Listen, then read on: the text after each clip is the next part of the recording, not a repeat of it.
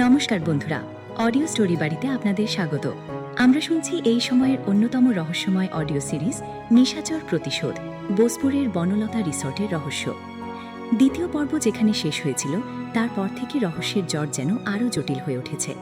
খুনি কি আমাদের খুব কাছেই আছে, নাকি বনলতা রিসর্টের এই দেওয়ালগুলো আড়াল করে রেখেছে অন্য কোনো বিভীষিকা? আজ আমরা প্রবেশ করছি এই গল্পের তৃতীয় তথা এক অত্যন্ত গুরুত্বপূর্ণ পর্বে।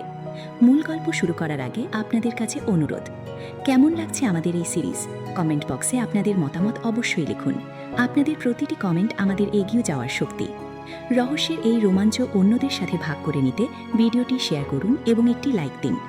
আপনি যদি আজই প্রথম আমাদের চ্যানেলে এসে থাকেন, তবে এখনই অডিও স্টোরি বাড়ি চ্যানেলটি সাবস্ক্রাইব করে পাশে থাকা বেল আইকনটি প্রেস করে দিন। চলুন সময় নষ্ট না করে সরাসরি ফিরে যাওয়া যাক বোসপুরের সেই রহস্যময় পরিবেশে। মনমন ঘাড় মেরে প্রিয়াঙ্গদার দিকে তাকিয়ে আরো কিছু বলতে যাবে অমনি মনমনের ফোনটা বেজে উঠল। মনমন ফোনের দিকে তাকিয়ে প্রিয়াঙ্গদাকে হাত নেড়ে বাই বলে ভেতরে চলে যেতেই প্রিয়াঙ্গদা বিরূপাক্ষের দিকে অত্যন্ত বিরক্তিসূচক দৃষ্টিতে তাকালো। প্রিয়াঙ্গদার এই দৃষ্টিবর্ষণ দেখে বিরূপাক্ষ ভ্রু কুঁচকায়। কি হলো, কিছু বলবেন? না না, মানে কিছু বলবেন? প্রিয়াঙ্গদা কটমট করে বিরূপাক্ষের দিকে তাকালে বিরূপাক্ষ ঘাবড়ে গিয়ে বলল, না না, কিছু বলবে?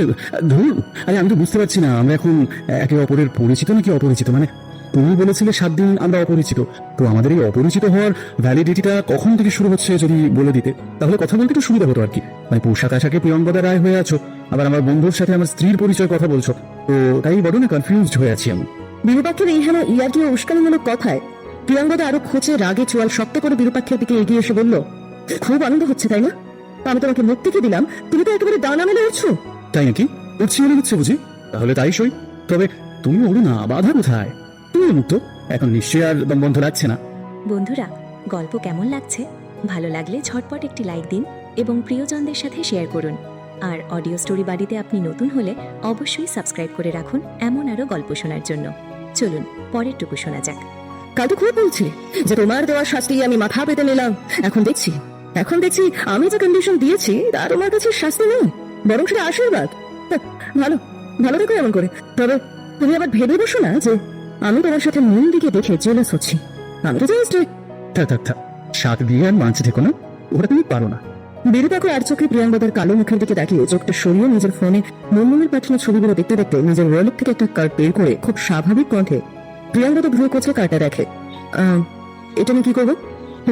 তুমি আমার স্ত্রী, তুমি বাইরে যাচ্ছ, তোমার খরচ খরচা লাগবে তো। প্রিয়াঙ্গদা গম্ভীর মুখে বলল, তুমি জানো রূপ, আমি নিজের দায়িত্ব নিজে নিতে পারি, ফিনান্সিয়ালি আমি ইন্ডিপেন্ডেন্ট। বিরূপাক্ষ বলার স্বর নরম করে। জানি তো, কিন্তু তোমার এই এত আইসক্রিমের ভার কে নেবে? ওই খরচ তো এক্সট্রা, আর ওই খরচা আমার জন্য, তাই এই কার্ডটা রাখো। আমার উপর অতিরিক্ত রাগে নিজের 100 টাকা আইসক্রিমের পেছনে খরচ করে ফেললে তো আমার কার্ডটা ব্যবহার করতে পারে না, কেমন? বিরূপাক্ষের কথা শুনে প্রিয়াঙ্গদা রেগে আরো কিছু বলতে যাবে, তার আগেই বিরূপাক্ষ প্রিয়াঙ্গদার ঠোঁটে আঙুল চেপে ধরে। বলুন তো, আর কথা না, ভুলে যাও না তুমি এখনো আমার ভাই। আমাদের সেপারেশন অথবা ডিভোর্স কোনোটাই হয়নি। বন্ধুরা, গল্প কেমন লাগছে? ভালো লাগলে ঝটপট একটি লাইক দিন এবং প্রিয়জনদের সাথে শেয়ার করুন। আর অডিও স্টোরি বাড়িতে আপনি নতুন হলে অবশ্যই সাবস্ক্রাইব করে রাখুন এমন আরও গল্প শোনার জন্য। চলুন পরেরটুকু শোনা যাক। বিরূপাক্ষের কথা শুনে প্রিয়াঙ্গদা একটু বেড়ে যায়। বিরূপাক্ষ প্রিয়াঙ্গদার ঠোঁট থেকে হাত নামিয়ে প্রিয়াঙ্গদার দিকে একটা দৃষ্টি তাকিয়ে স্বাভাবিক কণ্ঠে বলল, তা আজকে বাইরে যাচ্ছ তো? তা তোমার অ্যাসাইনমেন্টের কাজে? হ্যাঁ, সন্ধ্যাবেলা বেরোবো। কেন? দেখো রূপ, তুমি কিন্তু ভুলেও জিজ্ঞেস করবে না যে আমি কোথায় যাচ্ছি, আর দেবু আর সাম্যকে জিজ্ঞেস করেও কোনো উত্তর কিন্তু তুমি পাবে না। ও প্রিয়া, তুমি না সত্যি মাঝে মাঝে বড্ড বোকা বোকা কথা বল। আরে বাবা, কেন ভুলে যাচ্ছ? আমি একটা সিআইডি অফিসার, তোমার ট্রেস খুঁজে পাও তো আমার কাছে বড্ড সহজ। এই কথা শুনতেই প্রিয়াঙ্গদা উত্তেজিত হয়ে ওঠে। আমি যেখানে যাচ্ছি সেখানে তুমি এসো না, আর এলেও আমি তোমাকে চিনবো না, পরিচয়ও দেবো না, ইভেন তোমার ডাকে আমি সাড়াও দেবো না। বিরূপাক্ষ প্রিয়াঙ্গদার দিকে বেশ গম্ভীর মুখে তাকিয়ে বলল, পারবে না, আমাকে না চিনে তুমি থাকতে পারবে না। পারবো। বিরূপাক্ষ এবার আবেগঘন নিঃশ্বাসকে গলার কাছে একে কঠিন কণ্ঠে বলে, ওকে দেন লেটস সি, তুমি কেমন আমাকে না চিনতে পারো, 7টা দিন কিভাবে কাটাও সেটাই দেখবো। বন্ধুরা, গল্প কেমন লাগছে? ভালো লাগলে ঝটপট একটি লাইক দিন এবং প্রিয়জনদের সাথে শেয়ার করুন। আর অডিও স্টোরি বাড়িতে আপনি নতুন হলে অবশ্যই সাবস্ক্রাইব করে রাখুন এমন আরও গল্প শোনার জন্য। চলুন পরেরটুকু শোনা যাক। বিরূপাক্ষ আর ওখানে দাঁড়িয়ে না থেকে দ্রুত পায়ে নিজের গাড়িতে উঠে বসলো। প্রিয়াঙ্গদাও আর ওখানে না দাঁড়িয়ে বড় বড় পা ফেলে নিজের স্কুটির কাছে আসতেই কানে এলো মনমন বিরূপাক্ষের বাড়ি থেকে বেশ জোরে জোরে বলছে, এই রূপ, আমাকে একটু অফিসে নামিয়ে দিবি রে। প্রিয়াঙ্গদের মুখ পেটিয়ে নন্দনকে অনুকরণ করে বলো, আরে আমাকে অফিসে ছেড়ে দেবে রে। খুব পশু একটা আমার। প্রিয়াঙ্গদ স্কুটিতে চেপে সেলফ স্টার্ট দিল। প্রিয়াঙ্গদের এমন বিদঘুটে শাস্তির কারণেই হোক বা নিজের ভুলটা বুঝতে পেরেই হোক, বিরূপাক্ষের মেজাজটা তিরিক্ষি হয়ে আছে। নন্দনকে তার অফিসে নামিয়ে ডিসিপি অজয় আংশের সাথে দেখা করতে বিরূপাক্ষ ডিসিপির অফিসে উপস্থিত হয়ে গাড়ি থেকে নেমে অফিসে ঢোকার মুখে সোমনাথকে দেখে গম্ভীর মুখে বলল, ফাইল রেডি আছে সোমনাথ? বন্ধুরা, গল্প কেমন লাগছে? ভালো লাগলে ঝটপট একটি লাইক দিন এবং প্রিয়জনদের সাথে শেয়ার করুন। আর অডিও স্টোরি বাড়িতে আপনি নতুন হলে অবশ্যই সাবস্ক্রাইব করে রাখুন এমন আরও গল্প শোনার জন্য। চলুন পরেরটুকু শোনা যাক। হ্যাঁ স্যার, ঠিক আছে চলো। এইদিকে নতুন কেসও এসে গেছে স্যার, সম্ভবত ওই কেস নিয়ে কথা বলবেন ডিসিপি স্যার। বিরূপাক্ষ থমকে গিয়ে ভ্রু কুঁচকে তাকায়। কি কেস? ওই যে স্যার আপনি যে কেসের কথা কাল বলছিলেন না, ওই কেসটাই এসেছে। বোলপুরে পরপর 3টে মাঝবয়সী লোকের ভয়ানক এবং অদ্ভুত একটা মৃত্যুর রহস্য। কি বিচ্ছে এইসব মৃত্যু স্যার! বাপরে, ডেড বডি দেখলেই ভয় লাগছে। কি ভয়ঙ্কর! ঠিক ইংরেজি ভূতের সিনেমাগুলোতে ডেড বডিগুলো যেমন হয়, ক্ষতবিক্ষত মুখ। বাপরে বাপ, আমি নিশ্চিত এটা কোনো মানুষের কাজ না। সোমনাথের কথাগুলো অন্যমনস্কভাবে শুনে বিরূপাক্ষ চিন্তিত মুখে বেড়ে ওঠে। শোনো সোমনাথ, আমি এখন কয়েকদিনের ছুটিতে থাকবো। এই 1 বছর একটা দিনও ছুটি নিইনি। অন্যের কেস সলভ করতে করতে আমার পার্সোনাল লাইফের কেস জন্ডিস হয়ে গেছে। তাই যাই কেস আসুক, এবারে সেটা তুমি হ্যান্ডেল করবে। আমার পুরো দিন তোমার সঙ্গে থাকবে। তবে হ্যাঁ, আমি ফোনে বরাবরের মতনই অ্যাভেলেবল থাকবো। চিন্তা নেই, আমি ডিসিপি স্যারের সাথে সব কথা বলে নেব। বন্ধুরা, গল্প কেমন লাগছে? ভালো লাগলে ঝটপট একটি লাইক দিন এবং প্রিয়জনদের সাথে শেয়ার করুন। আর অডিও স্টোরি বাড়িতে আপনি নতুন হলে অবশ্যই সাবস্ক্রাইব করে রাখুন এমন আরও গল্প শোনার জন্য। চলুন পরেরটুকু শোনা যাক। এই কথা শুনে সোমনাথের মুখটা শুকিয়ে যায়। সোমনাথ বড় বড় আতঙ্কিত চোখে বিরূপাক্ষের দিকে তাকিয়ে বলে, বলছেন কি স্যার আমি আমি এই কেসের লিড? না না না না না স্যার, এই কথা বলবেন না। এত জটিল ও ভুতুড়ে কেস আমি সলভ করতে পারবো না। এত বড় শাস্তি প্লিজ আমাকে দেবেন না স্যার। ভাই তো কাল রাতে আমাকে এই কেসের ব্যাপারে বলছিল। বিশ্বাস করবেন না স্যার, ওর মুখে সবকিছু শুনে না আমার হাতটা কেমন যেন করছিল। মানে সত্যি বলছি স্যার, আপনি আছেন বলেই না আমি কেসে আছি, নাহলে আমিও ছুটি নিয়ে নেবো স্যার। মানুষের সাথে লড়তে পারি, কিন্তু এটা তো অপদেবতা। কি বলে তুমি? সত্যি সোমনাথ, এই বুদ্ধি আর সাহস নিয়ে তুমি পুলিশে জয়েন করেছো? সিআইডিতে কি করছো তুমি এখন? বিরূপাক্ষের ধমক শুনে সোমনাথ মাথাটা নিচু করে। ভাই ও তো বললো এই কেসটা অন্যরকম, ওর তো বোলপুর যেতে ভয় লাগছে। সে তো প্রিয়া, মানে ম্যাডাম যাচ্ছেন বলে রক্ষে। আগে তো ম্যাডাম যাবেন না বলেছিলেন, তখন তো সৌম্যটা ভয় কাঁপছিল। যদি হোক ম্যাডামের যা সাহস, আর ও তো সেই সাহস নেই। বন্ধুরা, গল্প কেমন লাগছে? ভালো লাগলে ঝটপট একটি লাইক দিন এবং প্রিয়জনদের সাথে শেয়ার করুন। আর অডিও স্টোরি বাড়িতে আপনি নতুন হলে অবশ্যই সাবস্ক্রাইব করে রাখুন এমন আরও গল্প শোনার জন্য। চলুন পরেরটুকু শোনা যাক। বিরূপাক্ষ কথাটা শুনে ভ্রু কুঁচকায়। ম্যাডাম মানে প্রিয়া এই কেসে বোলপুর যাচ্ছে? সোমনাথ বোকা বোকা মুখে বলে, কেন স্যার আপনি জানেন না? না মানে হ্যাঁ হ্যাঁ জানি তো। এই কথা বলতে বলতে বিরূপাক্ষ মনে মনে হেসে বলল, ও ম্যাডাম, তাহলে শান্তি নিকেতনে মাথা শান্ত করতে যাচ্ছেন? আচ্ছা, এই তো জেনে গেলাম মহারানী। গোপন কথা যার গোপন রইল না শোনা, আবার যে আমার মুখোমুখি হতে হবে। আসলে এই জীবনে তোমার আমার চিরন্তন বিচ্ছেদ নেই। সোমনাথ বিরূপাক্ষের মুখের হাসি দেখে বোকা বোকা মুখে বলল, আমি পারবো না স্যার, আপনি না থাকলে আমি পারবো না সবকিছু। কেস সলভ তো দূরের কথা, কেসের আগা মাথায় তো আমি বুঝবো না। প্লিজ স্যার, এইভাবে আমাকে বিপাকে ফেলে যাবেন না। যে কোনো কেসকে আপনি যে দৃষ্টিকোণ থেকে দেখেন না, সেই দৃষ্টিভঙ্গি কারোরই নেই স্যার। বিরূপাক্ষ এবার সোমনাথের দিকে বিরক্ত মুখে তাকিয়ে বলল, ব্যাস এবার চুপ করো, ধ্যান করো না তো। আশ্চর্য, কেমন সিনিয়র অফিসার হয়েছো কে জানে। নাও এবার চলো। এই বলে বিরূপাক্ষ সোমনাথের হাত থেকে ফাইলটা নিয়ে ডিএসপি অজয় আশার কেবিনের সামনে গিয়ে দরজা নক করে বলল, স্যার আসবো? বন্ধুরা, গল্প কেমন লাগছে? ভালো লাগলে ঝটপট একটি লাইক দিন এবং প্রিয়জনদের সাথে শেয়ার করুন। আর অডিও স্টোরি বাড়িতে আপনি নতুন হলে অবশ্যই সাবস্ক্রাইব করে রাখুন এমন আরও গল্প শোনার জন্য। চলুন পরেরটুকু শোনা যাক। বিরূপাক্ষ সোমনাথের হাত থেকে ফাইলটা নিয়ে ডিএসপি অজয় আশের কেবিনের সামনে গিয়ে দরজা নক করে বলল, স্যার আসবো? ডিএসপি অজয় আশ তখন টিভিতে মন দিয়েছেন, বুকগ্রাসে নিউজ বুলেটিন শুনছেন। বিরূপাক্ষের ডাকে উনি ব্যস্ত হয়ে উঠলেন এবং টিভিটাকে মিউট করে বললেন, আরে বিরূপাক্ষ এসো এসো এসো। বিরূপাক্ষ কেবিনে প্রবেশ করলো, পেছনে পেছনে সোমনাথ। বিরূপাক্ষ চেয়ার টেনে বসে ডিসিপির হাতে ফাইল এগিয়ে দিয়ে বলল, মৃণাল চৌধুরীর মৃত্যু রহস্য সলভ স্যার। অজয় আশ ফাইলটা হাতে নিয়ে হেসে হেসে বললেন, কংগ্রাচুলেশনস বিরূপাক্ষ, এবারও তোমার ধারণা কিন্তু ঠিক হলো। যেখানে আমরা সকলে এই সৌরসেনীকে অপরাধী ধরে নিয়েছিলাম, সেখানে তুমি, একমাত্র তুমি বরাবরের জন্য বলেছিলেন, no sir, there is something. অসাধারণ তোমার অবজারভেশন। একটু সময় সাপেক্ষ হলেও তুমি কেস কিন্তু সলভ করেছো। ওটাই আন্দাজে করেছি স্যার। খুনি বুদ্ধিমান বটে, তবে সাহসী নয়। তাই একটু ওলটপালট কথা বলতেই উনি একেবারে ভয়ে সব স্বীকার করে নিয়েছেন। তবে সৌর সেন ও মৃণাল চৌধুরীর এই অবৈধ স্ত্রী ও সন্তানের কথা যদি আগেই বলতো তাহলেই কেস আরো তাড়াতাড়ি সলভ করতে পারতাম। ডিসিপি অজয়াস হেসে বললেন, এই জন্যই তোমাকে কেস হ্যান্ড ওভার করে আমি একেবারে নিশ্চিন্ত হয়ে যাই। হ্যাঁ, যাই হোক, শোনো বিরূপাক্ষ, আবার একটা কেস এসেছে, নেবে তো? নাকি ছুটি নেবে? তুমি তোমার ছুটির কথা আগেই বলে রেখেছিলে। বন্ধুরা, গল্প কেমন লাগছে? ভালো লাগলে ঝটপট একটি লাইক দিন এবং প্রিয়জনদের সাথে শেয়ার করুন। আর অডিও স্টোরি বাড়িতে আপনি নতুন হলে অবশ্যই সাবস্ক্রাইব করে রাখুন এমন আরও গল্প শোনার জন্য। চলুন পরের টুকু শোনা যাক। বিরূপাক্ষ এক নজর সোমনাথের দিকে তাকিয়ে মাথা নেড়ে একটু ভেবে বলল, ছুটি নেব, তবে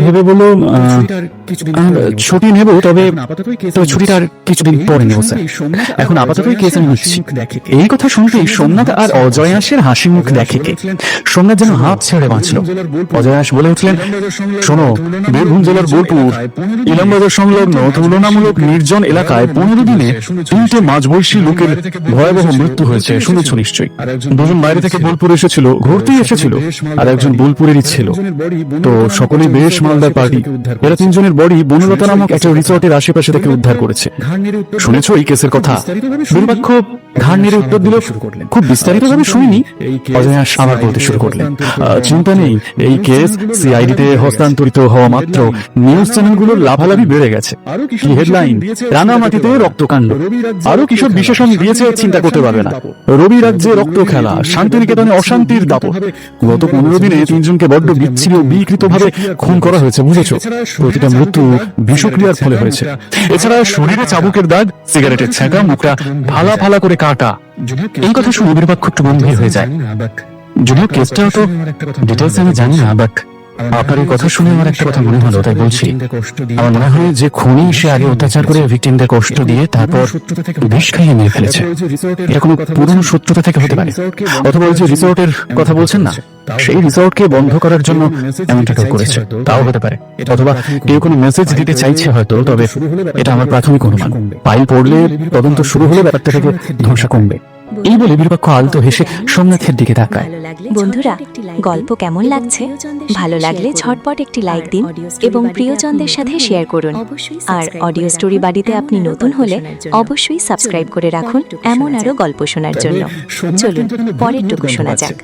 তবে সোমনাথ কিন্তু এখানে ভূত ভূত গন্ধ পাচ্ছে। এই কথা শুনতেই ডিসিপি 2 চোখ বড় বড় করে বলল, তাই নাকি? হতেও পারে, হতেও পারে। লাশগুলোর যা অবস্থা, অমন লাশ কেউ কখনো দেখেছে বলে তো আমার মনে হয় না। চোখ দুটো বিস্ফারিত, যন্ত্রণাময়, অথচ মুখে চওড়া হাসি। এই কথা শুনতেই বিরূপাক্ষ একটু চিন্তায় পড়ে যায়। মনে মনে গভীর ভাবে চিন্তা করে। তারপর বিরূপাক্ষ চিন্তিত মনে মুখে বলল, চোখে আতঙ্ক, মুখে হাসি, বিষক্রিয়া। এই কথা বলে বিরূপাক্ষ কিছুক্ষণ গম্ভীর মুখে চিন্তা করে বলল, ঠিক আছে স্যার, আমি আগে ফাইল পড়ি, তারপর দেখছি। আগে বোলপুর যাই, তারপর বুঝতে পারবো। ডিসিপি অজয় আশ বলে উঠল, হ্যাঁ হ্যাঁ হ্যাঁ, তুমি বরং আজকেই উইথ টিম বলে যাও, কেমন? আমি জানি তুমি তুড়ি মেরে কেস সলভ করে দেবে, তাও বলছি তাড়াতাড়ি করো। বোলপুর মানেই শান্তিনিকেতন, আর শান্তিনিকেতন মানেই কবিগুরুর জায়গা। সামনে ওনার জন্মদিন, বুঝতেই পারছো এলাকায় আতঙ্ক ছড়াচ্ছে, তাই দেরি করো না। বিরূপাক্ষ ঘাড় নেড়ে বলল, চেষ্টা করবে সে। অজয় একটু চিন্তিত মুখে বললেন, বেশ বেশ। আর হ্যাঁ হ্যাঁ, একটা কথা মনে পড়লো, যদিও তুমি ফাইল পড়লে জানতে পারবে, তাও বলছি 3টে মৃতদেহের আশেপাশে একটা কমন রবীন্দ্রসঙ্গীত লেখা চিরকুট উদ্ধার হয়েছে, বুঝলে? গানটা খুব কমন। এই বলে অজয় একটু মনে করার চেষ্টা করলেন। হ্যাঁ হ্যাঁ, আমি চিনি গো চিনি তোমারে, ও গো বিদেশিনী, আর নিচে লেখা রবীন্দ্রনাথ ঠাকুর। এই কথা শুনতে বিরূপাক্ষ থমকে গেল। মনে পড়ল সকালে মুনমুনের ফোনের চিরকুটের কথা। তার মানে সঞ্জয় তালুকদার অপরাধীর 4র্থ ভিকটিম। আর এই চিরকুটগুলো, এগুলো কি কোনো সংকেত? এই কথা ভাবতে বিরূপাক্ষ ব্যস্ত হয়ে চেয়ার ছেড়ে উঠে টেবিল থেকে ফাইলটা তুলে বলল, ঠিক আছে স্যার, আমি আসছি। অজয় মাথা নেড়ে বললেন, এসো, সাবধানে যেও, আর ফোনে যোগাযোগ রেখো কিন্তু। হ্যাঁ স্যার, অবশ্যই। বন্ধুরা, গল্প কেমন লাগছে? ভালো লাগলে ঝটপট একটি লাইক দিন এবং প্রিয়জনদের সাথে শেয়ার করুন। আর অডিও স্টোরি বাড়িতে আপনি নতুন হলে অবশ্যই সাবস্ক্রাইব করে রাখুন এমন আরও গল্প শোনার জন্য। চলুন পরের টুকু শোনা যাক। বিরূপাক্ষ মাথা নেড়ে বেরিয়ে আসতেই সোমনাথ পেছন পেছন এগিয়ে এসে বলল, থ্যাংক ইউ স্যার, এই কেসটা আপনি না নিলে আমি একদম চাপে পড়ে যেতাম। এখনই গা কেমন ছমছম করছে। ও সোমনাথ, তুমি না সত্যি যাই হোক শোনো, তুমি বালিগঞ্জ থানায় ফোন করে সঞ্জয় তালুকদার নামক একজন নিরুদ্দেশ হয়ে যাওয়া মানুষের খোঁজ করো তো একবার।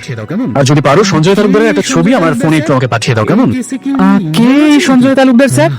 এই কেসে কি উনি ইনভলভ আছেন নাকি? জানি না, ঠিক বলতে পারছি না, বাট এনার খোঁজ কিন্তু আমার চাই। সোনাথ ওকে স্যার বলে বেরিয়ে গেল। হ্যাঁ তুমি এসো, আর আমরা আজ বিকেলেই বোলপুরের উদ্দেশ্যে রওনা দেবো, কেমন? তুমি রেডি থাকতে বলবে। আচ্ছা স্যার। নিরপেক্ষ গাড়িতে উঠে পাশে ফাইলটা রেখে গাড়ি স্টার্ট করতে করতে মনে মনে বলে উঠলো, এই প্রথম দুটো জটিল কেসের শিকড় বোলপুরের মাটিতে শুরু হয়েছে।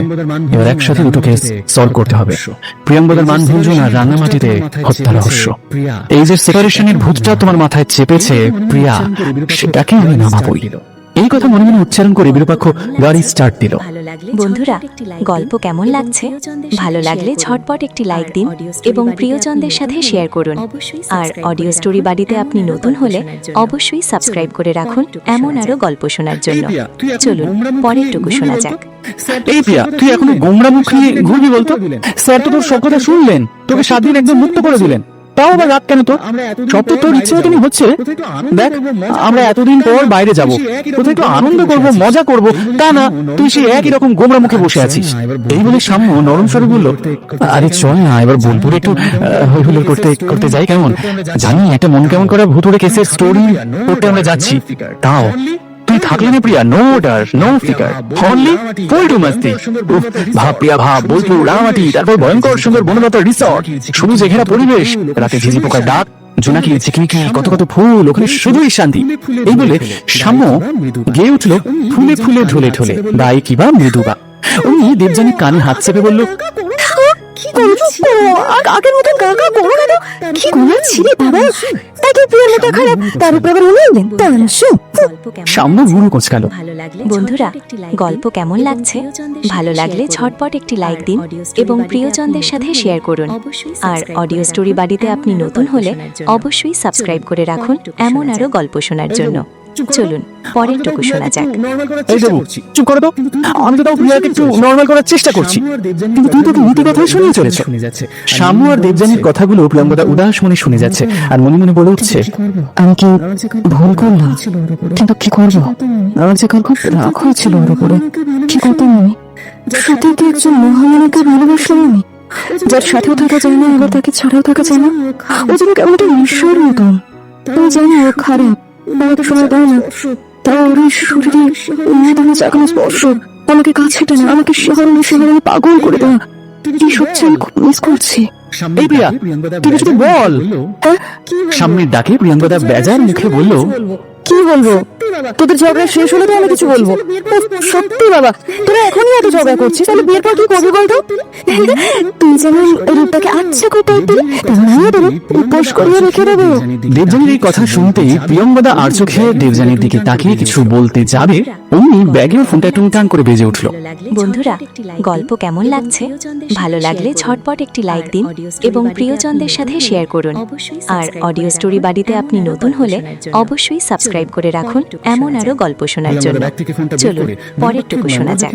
প্রিয়াঙ্গদা ব্যাগ থেকে ফোনটা বের করে বিরূপাক্ষের নম্বর দেখে আল্লাহরে আটখানা হলেও মনের হাসি চেপে মুখে নকল রাগ এনে তাচ্ছিল্যের সয়ে বলল, এই দেখ বিরূপাক্ষ হোসেনের, আমাকে মনে পড়েছে, ধরবো না, মোটেও আমি ফোনটা ধরবো না। বলেছি আমাকে ফোন না করতে, তবুও দেখ। এই বলে প্রিয়াঙ্গদা মুখ বেঁকিয়ে ফোনটা ডেস্কের পাশে রেখে দিল। ফোনটা বেজে বেজে কেটে গেল।